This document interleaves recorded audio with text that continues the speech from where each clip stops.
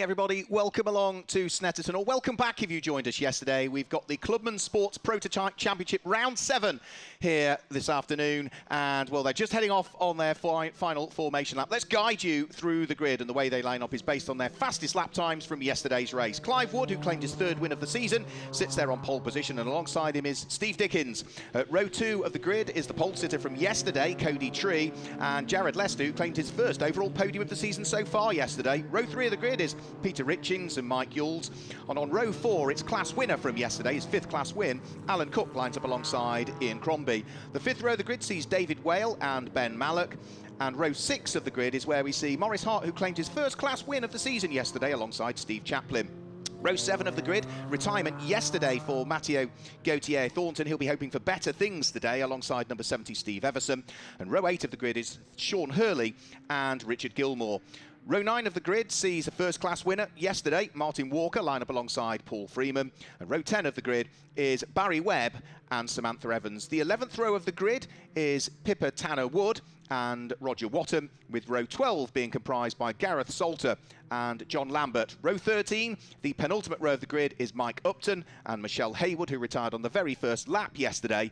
And at the very back of the grid, didn't even manage to do a racing lap yesterday, had issues even in the qualifying session. It was number 66, Adrian Lester, so he starts from the back of the grid. I'm delighted to say that once more the chairman of the Clubmans Register joins me in the commentary box, Mike Evans. Mike, great racing yesterday.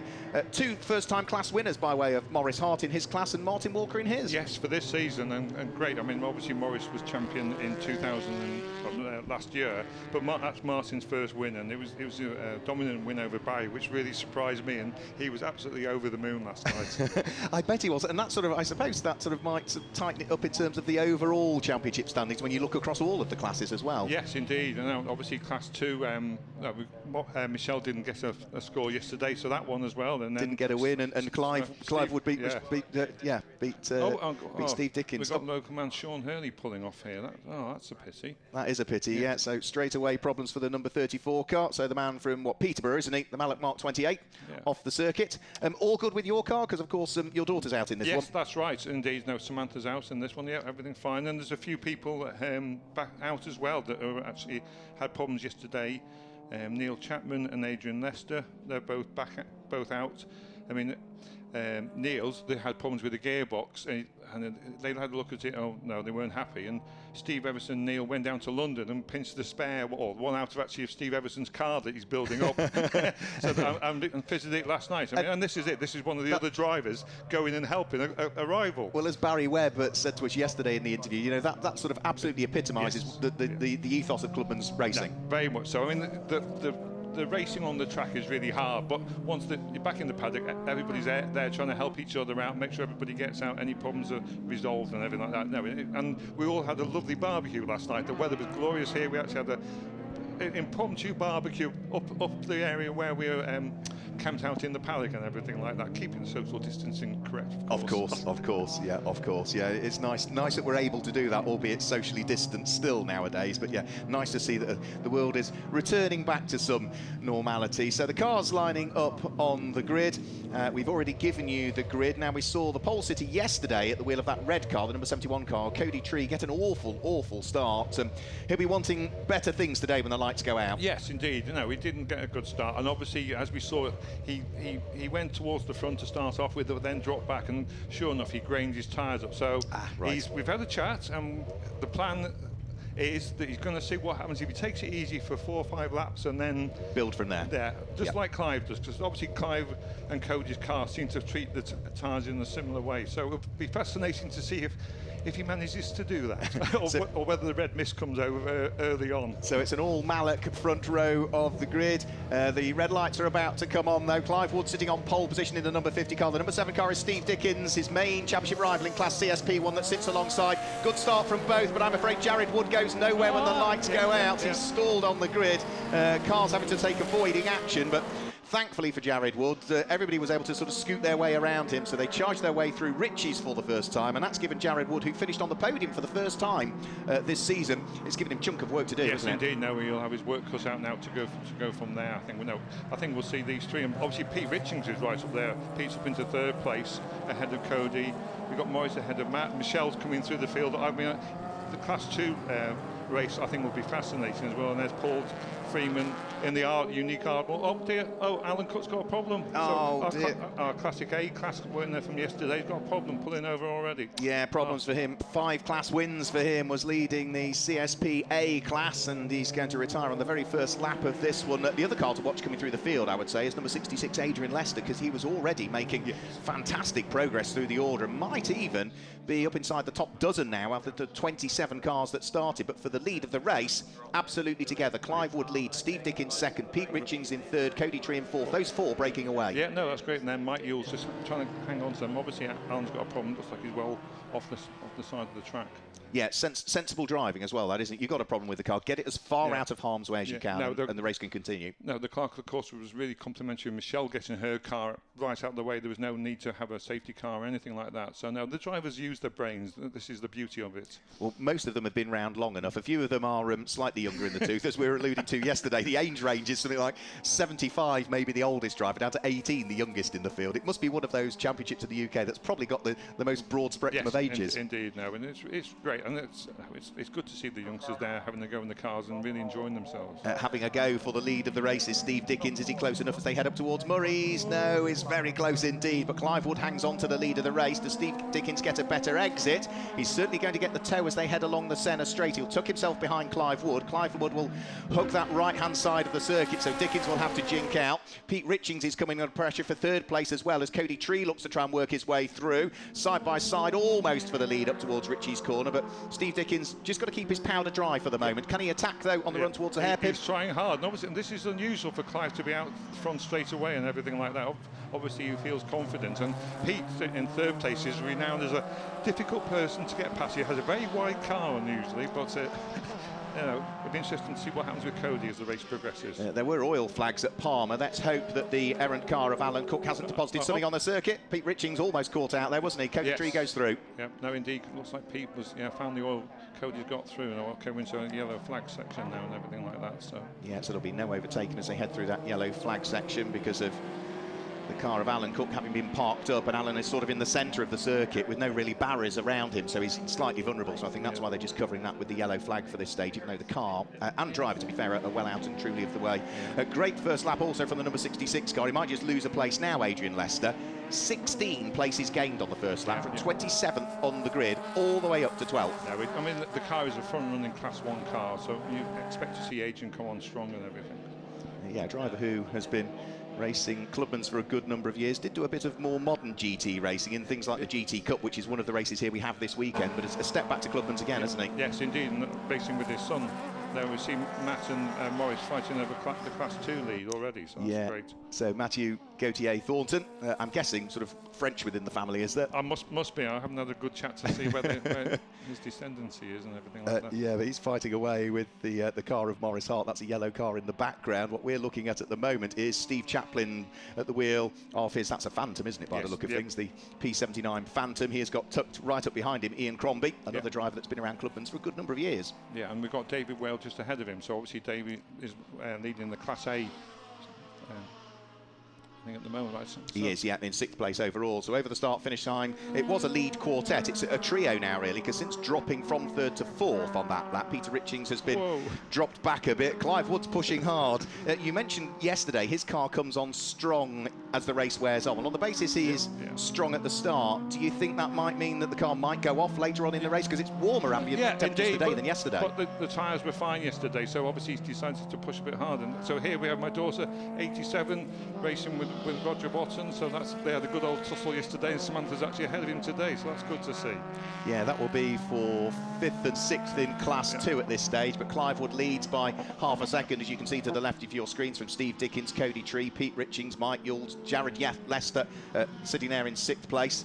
David Whale in 7th, and Steve Chaplin wraps up the top 8 at the moment. As for the class leaders, well, Clive Wood leads Class 1. Class A is being led by the number 14 car of David Whale. Class 2 is Mathieu Gauthier-Thornton having a fantastic fight still for the lead of that class with Maurice Hart, and Class B at the moment is led by the car of Martin Walker once more. Indeed. No, it's good to see Martin just ahead of Barry. I don't quite the gap is it 7 seconds, I think, at the moment, something like that. So that'd be fascinating if Barry is able to claw that back. It is, yeah. It's nearly 7 3/4 seconds, isn't it? This is, as we say, for the lead of Class 2. Now, just tell us a little bit about Class 2, because that's the MG Rover engine cars, isn't it? Yeah, and I mean, to date, this has really been the most dominant class. It's been around for many, many years. Really good, really cost-effective racing. The sealed MG K-Series engine, as we call it. I mean, the engine needs a rebuild every 4 or 5 seasons. If you keep it topped up with water and plenty of oil in it, everything like that, it's an amazingly reliable, cheap engine to race with, which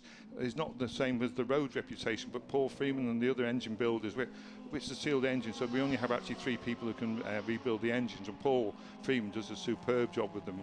He really knows them inside out, and it's great, cost effective, the same tyres, and it's really good. And you can see there, I think in that last shot we actually had all 3 of the Class 2 front runners there. Michelle's obviously closing up on them quickly, so that's good news. I'm sure that will be a fascinating battle. Yeah, we might have a change of position here. Ian Crombie getting the toe on Steve Chaplin's Phantom. He's going to jink to the left-hand side, try and draw himself alongside as they head up towards Ritchie's corner. Can he make it through and up into 9th position? Adrian Lester, in the meantime, is now caught up with David Whale's car, so that will be the way through the order. We're nearly at the halfway point of this race as well. 8 minutes to go. Another quick question about engines as well. CSP1, that's a maximum 2-litre engine, so what kind of manufacturer's engines do we see in it? I guess it's a mixture, is it? It's a mixture. Again, we have the Rover K-Series. That's really a nice light engine, easy 1800cc version rather than 16 in Class 2. Multi-valve. Yes, yeah. Multi-valve. That have Vauxhall engines and Opel engines, and motorbike engines as well. So do you get many of the Fords in there? No, there's the odd car with the Z-Tech in, a couple of them. But a lot of it is to do with the weight and everything like that. But that is really on the ascendancy. The numbers have gone up dramatically over the last 2 seasons, and it's just great. It has really taken over from the CSP2 class, with the Rover engine class, as the dominant class. It's nice to see. And you could also have motorcycle engines in that. That's right. There's the 2 Leicester cars, and there's a couple of other cars around with motorcycle engines in there, and it'd be great to see them out. But only up to 1600cc rather than a 2-litre. Yeah, so Clive Wood continuing in the lead. There is Paul Freeman. We're talking about the man who rebuilds the engines. That's the fairly rare Ardmore, I would guess. And we've still got that great fight going on, haven't we, for the lead of the class. Yes. It is still Mathieu Gauthier-Thornton hanging on to the lead of Class 2. But only just that yellow car getting ever larger in his mirrors, looking in the hands of Maurice Hart to try and weave its way through. It's got its nose ahead, I think. And the red and white car, Michelle, coming into his mirrors as well. So, trying to go around the outside. Well done. Good pulling that off there for Maurice. Yeah. Just overrun the corner. Now, this is going to be a fascinating battle, I think this is. And it's great to see the battles at the front with Class 1 and these... the battle over Class 2 here, brilliant. Michelle Haywood, at the wheel of number 84 car at the back of this little trio has largely been the dominant force, and I think she's going to pick off Mathieu Gauthier-Thornton all the way around the outside at Coram. That's brave stuff, but in these cars the downforce really helps, doesn't it, around that corner? That's Jared Lester. Jared Lester off, and I would say that's not in the safest of places, is it there? Indeed, we may get a safety car or something here, but now Michelle has many years of experience, obviously won the class in 2018, and she's driving Barry Webb's car. Barry actually has 2 Mallets, and Barry's in his B class car. Michelle's out in the Class 2 car, and obviously a very quick driver. As you say, yes, Jared's pulled off there. That was a bit precarious on the outside of the whistle. Yeah, it's not in a safe place. That a slight snatched break there from Maurice Hart. There was no puff of tyre smoke, so it was only just snatched, and it was the unloaded wheel, so shouldn't cause him too much problem, but just going to show that he is feeling the pressure now a little bit from Michelle Haywood, who has been the force to be reckoned with really so far this year in Class CSP2. 4 class wins for her. She's trying to hunt down her 5th and trying to sneak through if she can and grab the place. There's Cody going past Steve for 2nd place in Class 1. Yep, that's 2nd place overall in the race, isn't it? So yep. The lead 3 getting themselves together now. Cody Tree was a little bit slower heading out of Nelson, and for a split second I thought Steve Dickens was going to come back at him there, and that little squabble might just help Clive Wood here to pull away. Yeah, it looks like Clive's getting a break, obviously no problems there, so obviously I think Cody's decided Clive's disappearing, time to get after him and that, so it's interesting to see what will happen. Yeah, Clive Clive Wood's tyres are hanging on in this race. We are 2/3 of the way through it. The number 50 car is about to head over the start-finish line and complete lap number 4 in this race. The gap between himself and Cody Tree is 1.5 seconds there or thereabouts as they head over the start-finish line. So 1.479 seconds is the gap first to second. There is, I'm afraid to say, Barry Webb out. Yeah, that's his rarity to see Barry retire. I'm going to say he was slowly hauling Martin in, but no, obviously he stopped there. That's very unusual. It was a 100% record for Barry Webb in CSB Class B, wasn't it, coming into this weekend? Yes, yeah. Lost out on the Class win yesterday, retired today for the first time. Yes, indeed. It's not going to be Barry's weekend, and this is a real rarity to see Barry. He knows the cars inside out with all these years of experience and really prepares good cars. Obviously doing 2 cars at the moment, preparing them. So, no, very rare occurrence. Poor weekend so far. Still one more race to come from the Clubmans, but for Barry Webb, that grid is based on what is the finishing positions for this one. Attack for the lead of the class. But it's under yellow flags, so it was yellow. I don't know whether that's where Barry's broken down or that. There's waved yellows there, so Michelle will have to leave it till she sees the next green flag. And I think she's got it. I think Michelle Haywood is going up the inside, so that will be place gained up to 10th position overall and picking up the lead of Class 2. Maurice Hart tries to fight back on the exit of the corner, but he's on the outside line as they head up towards Palmer. The pair of them absolutely side to side, as ever in Clubmans racing. Fair driving, close to each other, giving each other room. That's what it's all about. Well, Maurice back into the lead of the class. Brilliant. So Michelle had a little slide there, and obviously Maurice back round. Yeah, mid-corner oversteer, wasn't there, for a split second, and she had no choice but to try and correct it and lift off. Yeah, whether there was still a little bit of oil there. Possibly. From Alan Cook, yeah. Yeah, we'll have to wait and see. So 3 minutes and 20 seconds to go. Now, Cody Tree in second place. The number 71 car is flying at the moment. He has set purple sector 1, purple sector 2. Look at this. He's on Clive's tail already. This is amazing. Yeah, there was a 1.5 second gap between the pair of them at the start of the lap. It's going to be nothing like that, but Cody Tree is going to pick up the slipstream as they head on the centre straight. I think he's a bit too far back to attack fully as they head up towards Ritchie's. Now, once you get right behind the car ahead with your aerodynamics, how much does that affect the car when you're in the dirty air? Yeah, no, you do lose front end downforce, so the car will start to slide. So he just needs to be patient and then decide where he'll overtake. Cody is renowned already for coming through when you don't expect him. So if we stay with him, I'm sure we'll see a good overtaking manoeuvre anytime soon. And he is one of the younger drivers in the field, isn't he? Just 24 years of age, the man from Exeter. Yes, indeed. No, and this is it. It's quite funny. Everybody says about this red car hurtles past them when they don't expect it, and that's so obviously that's Clive just actually overtaking his daughter Pippa. So Pippa's not actually helping his father, so she'll be admonished later on about that. She could have let Dad through and weave around a bit there. No, that's not what Clubmans racing is about. It's all good fun. It's all good fun, and it's all very friendly. So yeah. So this is for the lead of the race. It does look as though Cody Tree has pushed, and maybe now is just sort of. Clive got a wobble on there, so I think Cody might try the next corner. Let's have a look. No. So I'll be interested to see what happens down the straight now. Obviously the Phantom is slightly smaller cross-sectional area, it looks like, so he may be able to slipstream Clive. Let's see what happens.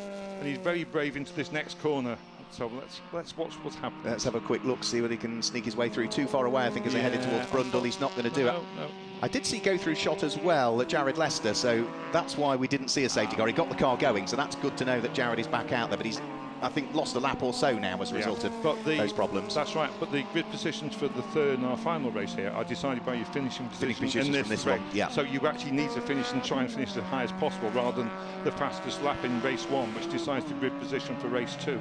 So Clive Wood will be heading on to his final lap of the race this time through. The gap that was 1.5 seconds came down to 0.4 last time through. Cody Tree is now having to work his way together with Clive Wood past the traffic whilst they fight for the lead of the race, but it's still the grey car with its day-glow yellow flashes that continues to lead the race. The red car of yesterday's pole sitter Cody Tree sitting right behind him. The gap is down to just 0.387 of a second. Now, for Cody Tree, where do you attack? If you attack too early, you give the opportunity for Clive to try and get you back. Maybe good exit out of Williams and down the Bentley straight. Yeah, indeed. But no, Clive is an experienced driver, and I'm sure he's not going to make it easy for Cody. So this should be fascinating to see how it pans out. In a straight line, Cody Tree, I thought in yesterday's race was quick in a straight line.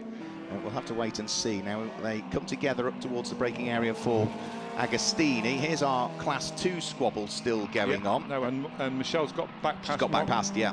When they went across the line last time, Morris was actually a half, but Michelle's actually got past him on this lap, and they've got Steve Chaplin actually, who's ahead of them on the road, so they're not lapping him, and obviously he's a Class A car, so he'd be very quick in a straight line. So here we are, Clive and Cody again. So see what happens out before they go onto the straight. Yeah, this is the key corner here. Got to get off this corner cleanly, and both Clive Wood will want to do so, but he knows he'll be punching in the hole in the air for Cody Tree, who's going to close in the slipstream. There's no traffic they need to worry about this time, and I think, well, yeah, Paul Freeman stays out of harm's way in the Ardmore. Clive Wood is still far enough ahead of Cody Tree to hang on to the lead of the race as they head in towards Brundle and Nelson for the final time. But Cody Tree, there's contact between the pair of them, and, well, Cody Tree is going to continue. Clive Wood was sort of bumped out the way. I don't think there's any damage to the car there, but they were so intent on either trying to defend or trying to attack, but a little bit of contact there. Yeah, indeed. Now, as I said to you, I knew Cody was brave, and I wasn't surprised that he tried it round the outside into there. It's a very difficult manoeuvre,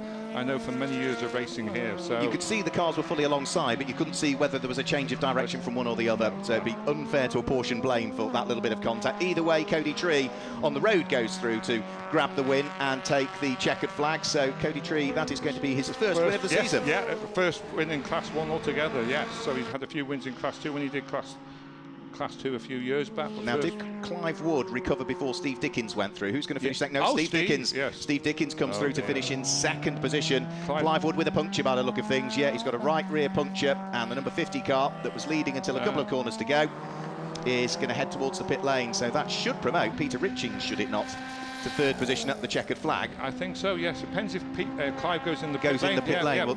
Yeah, there he goes. Yeah, I think Clive is still trundling his way up the pit lane. He needs to get over the line, so he actually gets a classified position, I guess. He does. And for the lead of Class 2, Michelle Haywood has lost out again by the look of things. It's changed again, yeah. The yellow car of Morris Hart is back in the class. How many times has the lead in Class 2 changed in this race? I know, amazing. Every lap it seems to be different. I may actually swapping during the lap as well. We haven't seen that. No. And she's still, the car of Morris Hart is still sort of bottled up behind Steve Chaplin, but on the charge to the line, we'll have to wait and see as to whether there might be a further twist in the tail for Class 2. Morris's car is quick in a straight line, as is one Michelle's driving, so it's fascinating to see. Is it the yellow car of Morris Hart? It is, just going to be the yellow car of Morris. Or was it? Because Michelle Haywood was right alongside, and there was a tenth of a second between the two of them. Absolutely amazing. Brilliant. Oh, that's really, really good. Good driving. And obviously Michelle was from the back of the grid, and Matt's finishing third in class there. You've got Ben Mallet just going through the shot there. Ben has raced Class 2 to date, and he's now in the Class 1 car.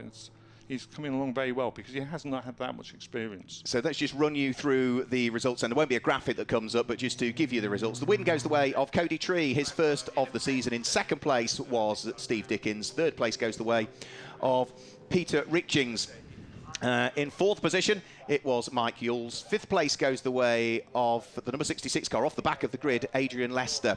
All of those cars are in Class CSP1. In sixth place, it was the Class A winner, car number 14, David Whale, claims the win in Class A. That's his first Class win of the season as well, I think, isn't it? Indeed, yes. In seventh position was Ian Crombie. Eighth place goes the way of Steve Chaplin, and ninth place claiming the win in Class 2 was Morris Hart. So Snetterton will be his favourite circuit at the moment. His first class win yesterday, backs it up with another today. What can he do in the third race later on? And completing the top 10 was Michelle Haywood. Other class winners outside of the top 10 we need to pick up on is in 17th position. That's where we see the Class B winner. Again, a double class win for him so far this weekend, Martin Walker. No, brilliant. He'll be over the moon. And say Barry's lost out there. So my daughter's finished 16th and fifth in class. So that's good news. She's finished okay. More championship points. And you're going to join us again later on, Mike? Yeah, I will do indeed. No, I'll go and find out what's happening in the paddock. I think it'd be interesting to see how things are between Cody and Clive. I think it could be interesting. Well, let's hope there's no animosity, and let's hope that they will shake hands and either agree to disagree or there'll be apologies accepted. Let's hope so. So there we go. Thanks, Mike Evans, for joining us, the chairman of the Clubmans Register. He'll be back with us later on because we do have one further Clubmans Sports Prototype Championship race coming up later on over the course of this afternoon. The lights are due to go out and we'll get that race underway at 17:25, 5:25. The stream will go live probably around 5 minutes before that, so about 20 past 5 this afternoon. So thank you if you've joined us for the Clubman Sports Prototype Championship race on the live stream, but make sure you're back with us. Get your diary set or your alarm set on your mobile phones or your electronic devices and come back with us for the third and final race of the weekend. As we say, the stream will go live somewhere between 5:15 and 5:20 this evening. So from everybody at Snetterton, thanks for joining us for that race. We'll be back later on for race 3.